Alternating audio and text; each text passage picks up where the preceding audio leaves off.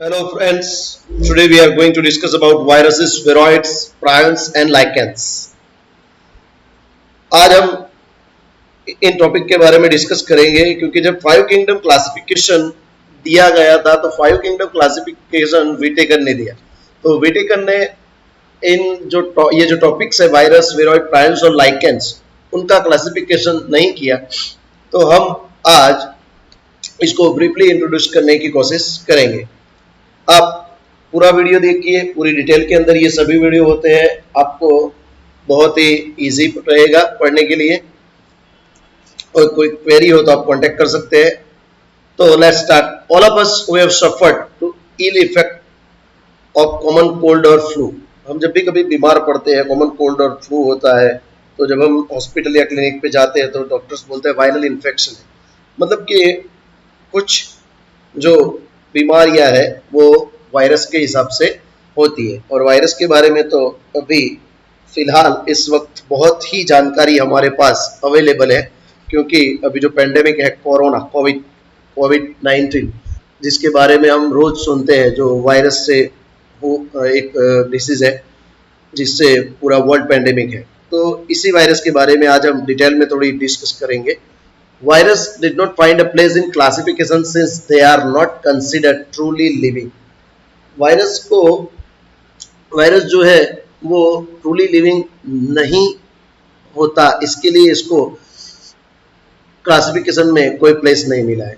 If we understand living as those organisms that have a cell structure, हम उसी को living cell कहते हैं जिसके अंदर सेल स्ट्रक्चर होता है। और जो वायरस है, virus are non cellular organisms that are characterised by having an inert crystalline structure outside the living cell. मतलब कि सिंपल वर्ड्स में वायरस जो है वो नॉन सेल्युलर ऑर्गेनिजम्स है और आउटसाइड द लिविंग सेल, मतलब कि लिविंग सेल के बाहर वो निष्क्रिय होता है, इनर्ट क्रिस्टलाइन स्ट्रक्चर के फॉर्म में होता है। मतलब कि वायरस लिविंग सेल के बाहर सिंपल वर्ड्स में डेट होता है। ओके, तो वंस द इन्फेक्ट सेल, मतलब कि जब वो कभी सेल को इन्फेक्ट करेगा, take over the machinery of the host cell to the replicate themselves killing the host. मतलब जब कभी वो किसी भी सेल के अंदर अगर वो किसी सेल को इन्फेक्ट करता है तो इन्फेक्ट करने के बाद वो पूरे मैकेनिज्म मशीनरी पे कंट्रोल कर लेता है और जो होस्ट सेल होता है उसको किल कर देता है और अपने आप जो वायरस था वो वायरस रेप्लिकेट होना शुरू हो जाता है और बॉडी को इन्फेक्ट कर देता है। ओके, अलग अलग साइंटिस्टों ने वायरस के बारे में बात की है। सबसे पहले पाश्चर थे, उन्होंने बात की the name virus that means venom और पॉइजनस फ्लूइड। ये याद रखना है कि वेनम और पॉइजनस फ्लूइड किसने कहा, तो पाश्चर ने कहा कि जो वायरस है वो क्या है, वेनम और पॉइजनस फ्लूइड। उसके बाद आए दिमित्री इवानोस्की और उनको कहा जाता है डीजे इवानोस्की। डीजे इवानोस्की 1892 के अंदर उन्होंने कुछ माइक्रोब्स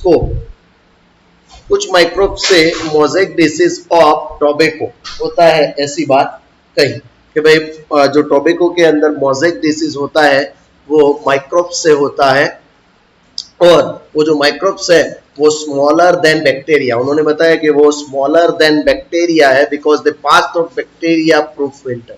वो बैक्टीरिया प्रूफ फिल्टर में से बाहर निकल जाते हैं, मतलब कि वो बैक्टीरिया से बहुत छोटे हैं। उन्होंने ये बात कही, डीजे इवानोस्की या दिमित्री इवानोस्की ने ये बात कही और कितने जो माइक्रोब्स थे उनको मोज़ेक डिसीज ऑफ टोबैको के लिए जिम्मेदार कहा। ओके, उसके बाद एमडब्ल्यू बेजरेनी जो साइंटिस्ट थे उन्होंने डेमोस्ट्रेट किया that extract of the infected plant of tobacco could cause infection in healthy plants and call the fluid contagium vivum fluid, मतलब इन्फेक्टियस लिविंग फ्लूइड। उन्होंने क्या किया कि जो प्लांट इन्फेक्टेड थे उस प्लांट के अंदर से इन्फेक्टेड मटेरियल लेके हेल्दी प्लांट के ऊपर उन्होंने उसको रखा, मतलब कि उसके ऊपर उसको यूज किया और जो हेल्थी प्लांट थे वो सभी इन्फेक्टेड हुए। इसके लिए उन्होंने कहा कि ये सभी जो है वो जो केमिकल है उसको कहा contagium vivum fluidum. Contagium vivum fluidum मतलब कि उसको एक लिविंग केमिकल, लिविंग फ्लूइड के तौर पे उन्होंने बताया कि ये जो मतलब कि वायरस है वो एक लिविंग फ्लूइड है, इन्फेक्टियस लिविंग फ्लूइड है, मतलब कि वो इन्फेक्शन करते हैं। वो जब इन्फेक्शन करते हैं तो हेल्दी प्लांट्स को भी, हेल्दी प्लांट्स के कांटेक्ट में जब वो आते हैं तो उसको भी इन्फेक्ट करते हैं। ओके दोस्तों, तो ये साइंटिस्टों का क्या रोल था वो आपको याद रखना है, वो आपको एग्जाम में पूछा जाएगा। उसके बाद W.M. Stanley 1935 showed that virus could be crystallized and crystal consist largely of proteins। उन्होंने बताया कि जो वायरस है वो वायरस क्रिस्टलाइज होते हैं एंड वो प्रोटीन से बने होते हैं। जो क्रिस्टल्स है वो they are inactive outside their specific host cell, मतलब कि जो वो बॉडी के बाहर होते हैं तो इनएक्टिव होते हैं, इनएक्ट होते हैं, निष्क्रिय होते हैं। Virus are obligate parasite, virus जो है वो ऑब्लिगेट पैरासाइट है, इनका कोई मोल नहीं, मतलब कि वो बहुत ही अलग प्रकार के पैरासाइट है, मतलब कि बॉडी के बाहर वो इनर्ट है और बॉडी के अंदर वो एक्टिव हो जाते हैं। ओके, तो ये याद रखना है। वो किसने कहा? W.M. स्टैनली। इन एडिशन, अब जब बात करेंगे कि वायरस के अंदर क्या है, कौन सा जेनेटिक मटेरियल है, कौन सी चीजें उसके अंदर है।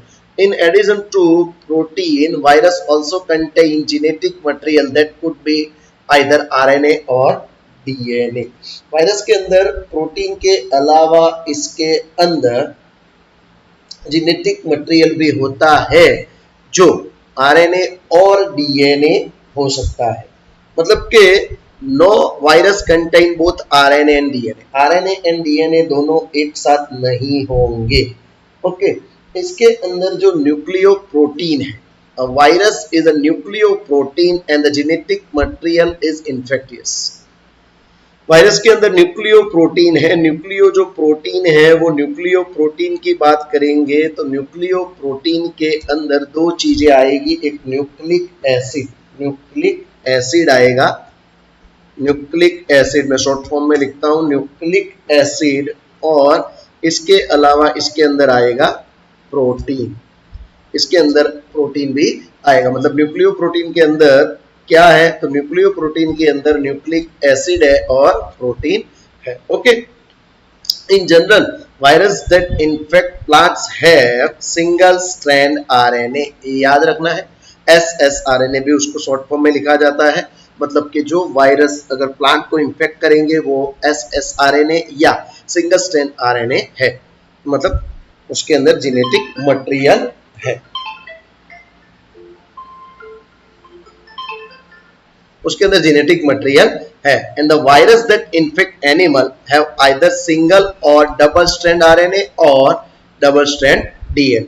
लेकिन अगर वायरस के अंदर, वायरस अगर एनिमल को इन्फेक्ट करेंगे तो उनको अंदर सिंगल और डबल स्ट्रैंड RNA और डबल स्ट्रैंड DNA हो सकता है।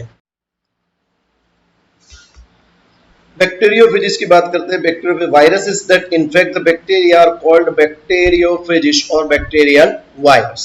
उसको बैक्टीरियोफेजिस या बैक्टीरियल वायरस, बैक्टीरियोफेजिस या बैक्टीरियल वायरस बोला जाएगा। यूजुअली इसके अंदर डबल स्ट्रैंडेड DNA होता है। The protein code called capsid, जो प्रोटीन कोड होता है उसके आसपास उसको बोलेंगे कैप्सिड।